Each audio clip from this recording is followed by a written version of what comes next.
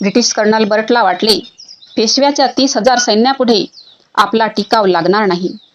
पेशव्यांचे अफाट सैन्य, दारुगोळा भरपूर होता. त्यामुळे जनरल बर्टने पेशव्यांशी मुकाबला करण्यासाठी शिरूर छावणीकडून सैन्य मागविले. त्यासाठी बॉम्बे नेटिव्ह इन्फंट्रीच्या 2nd महार बटालियनची नियुक्ती केली होती. 500 पायदळ सैनिक, 250 घोडेस्वार सैनिक आणि 206 तोफा, 24 गनर, 5 इंग्रज अधिकारी होते.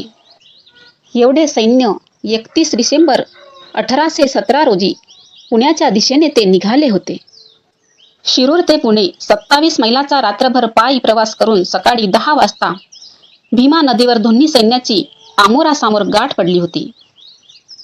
पेशव्यांचे अफाट सैन्य आणि ब्रिटिशांचे अतिशय कमी सैन्य आमोरासमोर आले. लढाईला सुरुवात झाली होती.